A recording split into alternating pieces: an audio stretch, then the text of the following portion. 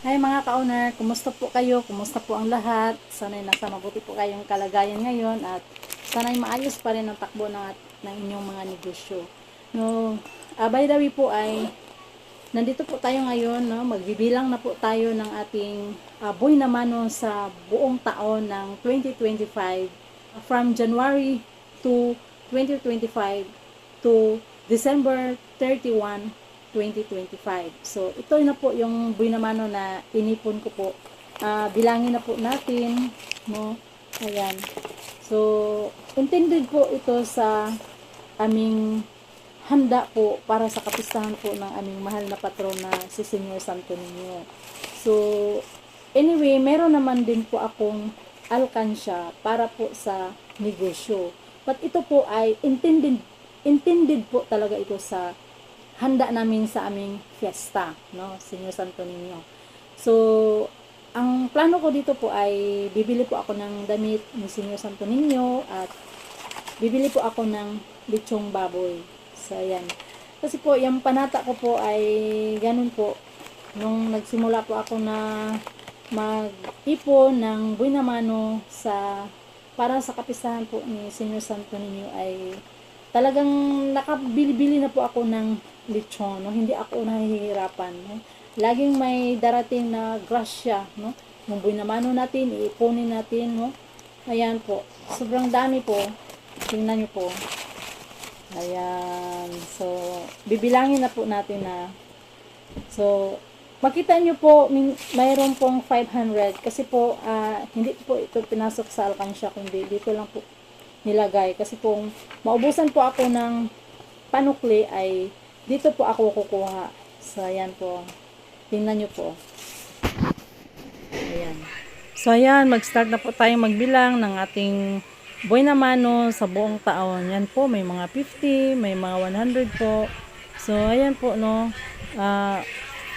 Ugaliin lang po natin talaga na laging mag-iipon.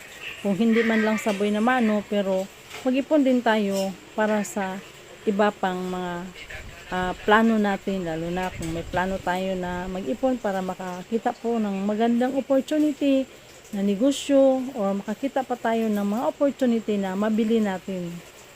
So, kung makabili na tayo ng mga property dahil lang po sa pag-iipon ay napakalaking bahagi po, no, ng ating pagbibusiness kung makakita po tayo ng mga property na ibibili natin, no, sa pamagitan po ng pag-ipon. So ito po ang aking inipon ay panghanda lang po ito sa aming fiesta. So ito na po mga ka-owner, no, ang naipon po natin sa buong taon mula January 2 hanggang sa December 31 ay umabot po ng 12,430 mga ka-owner.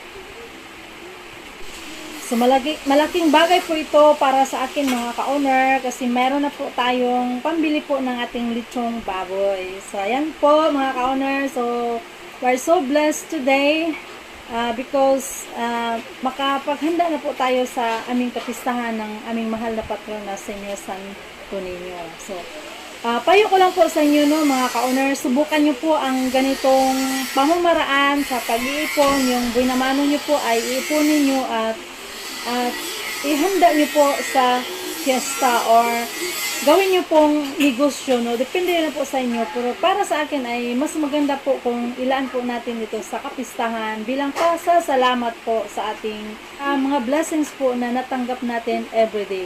Bilang pasasalamat po sa ating Panginoong Diyos na bigyan po natin ng kahalagahan po ang kanyang kapistahan. So, at saka isi-share po natin ito sa ating mga friends, ating mga suki na papakainin po natin sila yung mga blessings natin, i-share po natin sa kanila. So magpapakain po kami dito sa January 15, 2026, no. So welcome po ang lahat, welcome po kayong pumasok sa aming bahay at i-share po namin ang aming mga blessings sa buong taon na aming inipon. So, yan lang po mga ka-owner, sana'y may natutunan kayo sa video kong ito, and please huwag kalimutang pindutin ang ating subscribe button at hanggang sa muli po ay patuloy po tayong manunood sa aking video At huwag kalimutan ang pananalig po sa ating puong may kapal. So, thank you for watching. Bye-bye!